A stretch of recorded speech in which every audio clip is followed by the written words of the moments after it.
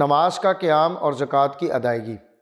محترم ناظرین، یہ دونوں ارکان نہ صرف انفرادی عبادات ہیں بلکہ اجتماعی فلاح و بہبود کا بھی مرکز ہیں۔ قرآن و سنت میں بارہا ان دو ارکان کو ایمان کے بنیادی تقاضوں کے طور پر بیان کیا گیا ہے۔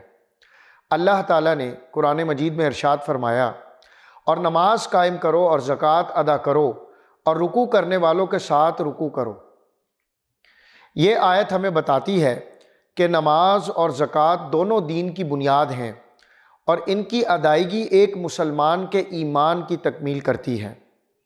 نماز ایک ایسی عبادت ہے جو انسان کو اللہ تعالیٰ کے قریب کرتی ہے اور دنیاوی زندگی کے مسائل سے پاکیزہ بناتی ہے۔ مثال کے طور پر نبی کریم صلی اللہ علیہ وسلم نے فرمایا، نماز دین کا ستون ہے۔ نماز ایک مسلمان کی زندگی کی بنیاد ہے۔ اگر ایک عمارت کا ستون کمزور ہو تو پوری عمارت منہدم ہو سکتی ہے۔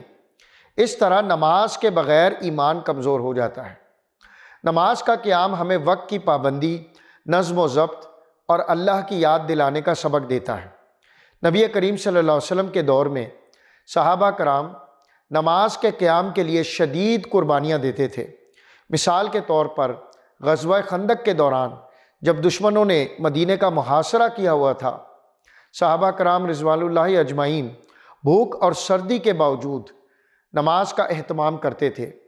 اس دوران نبی کریم صلی اللہ علیہ وسلم نے صحابہ کو نماز قائم رکھنے کی تلقین کی اور فرمایا، نماز دین کا ستون ہے۔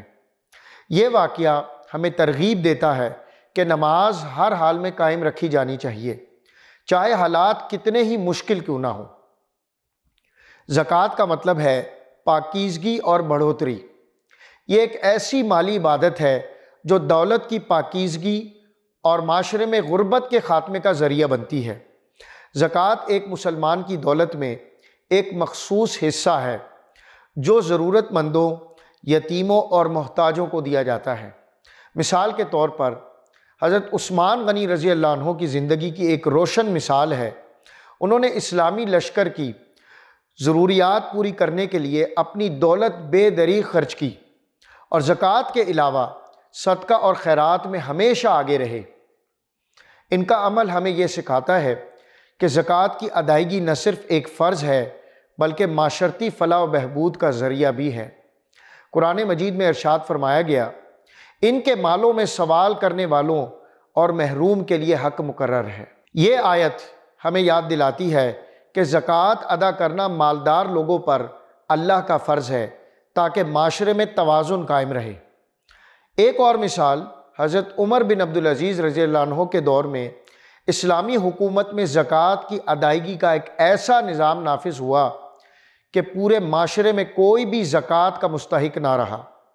اس سے معلوم ہوتا ہے کہ زکوٰۃ کے ذریعے معاشرتی مساوات اور غربت کا خاتمہ ممکن ہے۔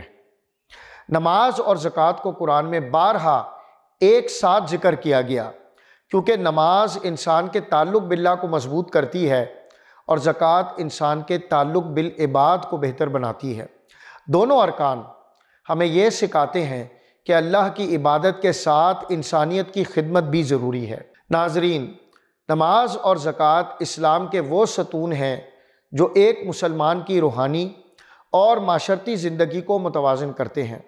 نماز انسان کو روحانی سکون اور اللہ سے قربت عطا کرتی ہے، جبکہ زکوٰۃ اس کے مال کو پاکیزگی اور معاشرتی بھلائی میں شامل کرتی ہے۔ اگر ہم ان دونوں ارکان کو اپنی زندگی کا حصہ بنائیں تو انفرادی اور اجتماعی طور پر ایک کامیاب معاشرہ تشکیل پا سکتا ہے۔ اللہ تعالی ہمیں نماز قائم کرنے اور زکوٰۃ ادا کرنے کی توفیق عطا فرمائے۔ آمین یا رب العالمین۔